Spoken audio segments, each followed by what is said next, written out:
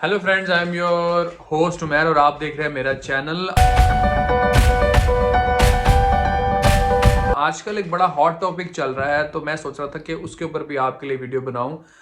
उस टॉपिक के सबसे ज़्यादा अफेक्टी तो इंडियन स्टूडेंट्स हैं, लेकिन क्यों इंडियन स्टूडेंट अब क्यों अफेक्टी हो गए वो मैं अब आगे चल के आपको इस वीडियो में बताऊंगा। तो पहले तो मैं इस वीडियो के बारे में बताऊं कि मैं किस तरह इसको कवर करूंगा। पहले तो मैं आपको बैकग्राउंड बताऊंगा, उसके बाद जो लेटेस्ट इस पे एक्शन क्या हुआ, और फिर लीगल एंगल बताऊंगा, थोड़ा सा पॉलिटिकल एंगल भी है इसमें इस बात के अंदर, और लास्टली मैं फिर आपको इसमें अपडेट बताऊंगा। तो पहले जो इसका फर्स्ट ऑफ ऑल इसका जो बैकग्राउंड है, तो बैकग्राउंड के लिए हम चलते हैं 2021-2022 में, जब मेरे कुछ दोस्त और मेरे कुछ एक्विंटेंसेस जो थे उनका उनकी जॉब हुई आईयू यूनिवर्सिटी में। तो आईयू यूनिवर्सिटी में जब आप जॉब होती है तो यहाँ पर एज पर लॉ है कि आपने उस रेलिवेंट कंपनी ने आपको स्पॉन्सर करना होता है।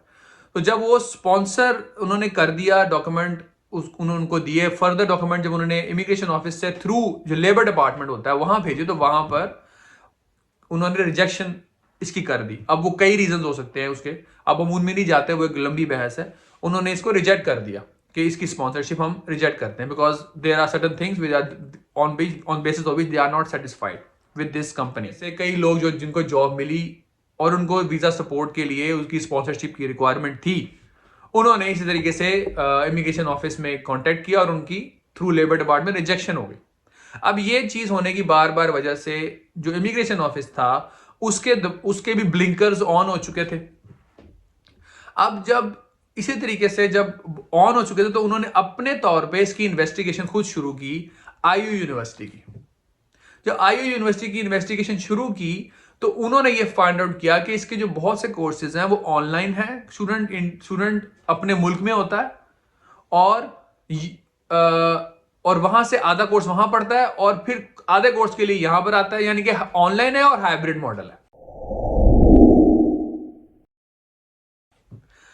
तो उन्होंने जो लॉ एग्जिस्ट करता है, जो स्टूडेंट वीजा के लिए लॉ अप्लाई होता है, जो कि ऑफन थाल गेजिट्स जैक्सन बे है, यानी कि रेजिडेंस परमिट एक्ट 16B है, उसके अकॉर्डिंगली स्टूडेंट को 100% यानी फुल टाइम उसको जर्मनी में होना है स्टडी के लिए। कोई ऑनलाइन नहीं, कोई हाइब्रिड मॉडल नहीं होता।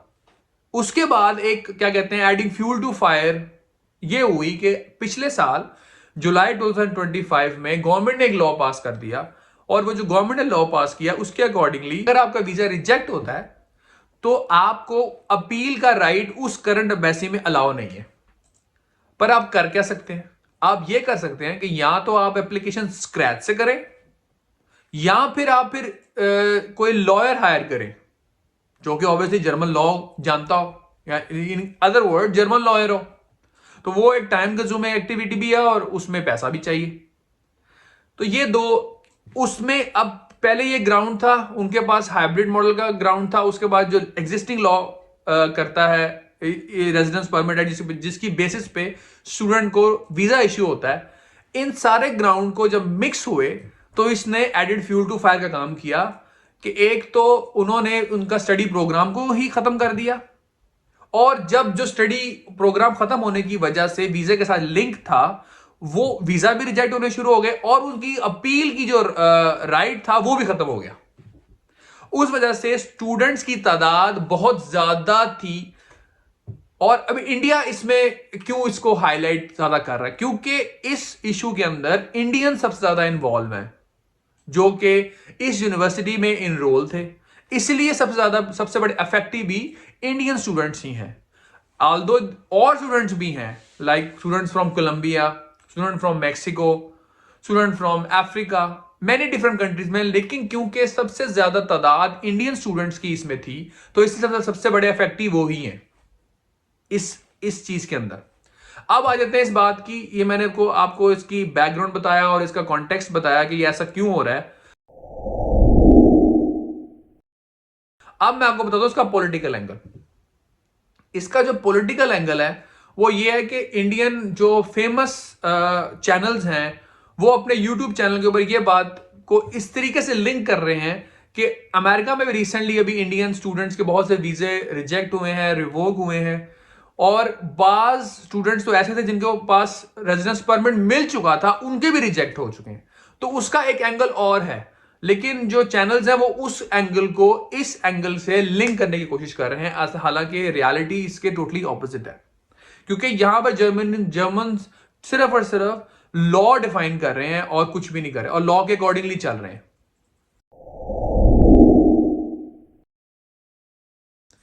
अब जो इसमें लास्ट जो इसका एस्पेक्ट है कि अब इस पे अपडेट क्या है। अब इस पे अपडेट ये है कि नवंबर 2025 में जब ये सारा शोर मचा, स्टूडेंट की तरफ से शोर मचा और हर तरीके से सब कुछ हुआ, तो जो इमिग्रेशन ऑफिस है उसने लोकल लॉ डिपार्टमेंट और एडमिनिस्ट्रेटिव डिपार्टमेंट से राय लेने का फैसला किया। और उन्होंने जब राय लेकर फैसला किया और उन्होंने इनके लॉ को जब इंटरप्रेट किया, तो इंटरप्रेट करने के बाद उसका जो मीनिंग था वो यही निकला जो उन्होंने स्टांस लिया हुआ था कि हाँ, स्टूडेंट को यहां पर फुल टाइम प्रोग्राम में होना है। फुल टाइम प्रोग्राम से क्या मतलब है, अगर बैचलर स्टूडेंट है तो 180 क्रेडिट आवर्स या 240 क्रेडिट आवर्स में एनरोल्ड हो, और अगर मास्टर स्टूडेंट है तो 120 क्रेडिट आवर में एनरोल्ड हो फॉर जर्मन प्राइवेट यूनिवर्सिटीज। लेकिन अगर कोई एफिलिएटेड यूनिवर्सिटी है लंदन की, इटली की या और किसी मुल्क की, और उसका एफिलिएटेड कैंपस अगर जर्मनी में एग्जिस्ट करता है, तो उसके लिए 1 साल का भी प्रोग्राम है या 1.5 ईयर के भी प्रोग्राम है जिसमें 60 क्रेडिट आवर या 90 क्रेडिट आवर्स होते हैं, उसके लिए वो भी सही है। लेकिन उसके लिए भी आपको फुल टाइम प्रोग्राम में जर्मनी में होना है, ऑन साइट कैंपस में आप स्टडी करेंगे। तो ये एक लेटेस्ट अपडेट है। और उसके बाद आईयू का एंगल ये है कि आईयू ने ये स्टांस लिया है कि इमिग्रेशन ऑफिस ने हमें बताया ही नहीं इस बारे में, प्रायर नोटिस नहीं दिया। वो क्यों नोटिस दे, वो ऑलरेडी लॉ जो एग्जिस्ट कर रहा है उसको फॉलो कर रहे हैं, वो आपको नोटिस क्यों दें। उनके पास जब केस आएगा वो उसको एग्जिस्टिंग लॉ जो एग्जिस्ट करता है, जो गवर्नमेंट ने बनाया, उन्होंने उनको फॉलो करना है और वो फॉलो कर रहे हैं।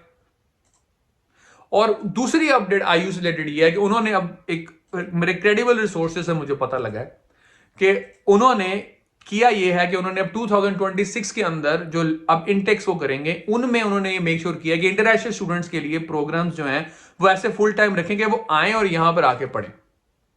लेकिन अब जो the damage has already been done, क्योंकि बहुत से इंडियन स्टूडेंट्स के, क्योंकि वो एनरोल्ड थे सबसे ज्यादा यहां पे, उनके वीजा रिजेक्ट हुए, अपील का पावर नहीं है, रिवोक हुए, और कई स्टूडेंट्स को लेटर्स भी आए डिपोर्टेशन के कि आप चले जाए यहां से। तो ये इस पूरी स्टोरी का सारा कॉन्टेक्स्ट था जो मैंने आपको हर तरीके से एक्सप्लेन किया।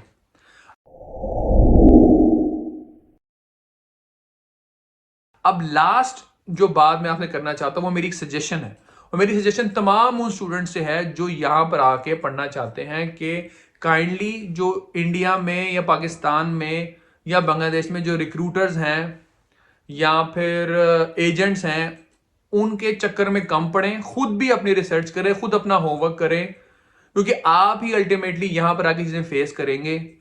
वो तो पैसे लेंगे और उसके बाद गायब।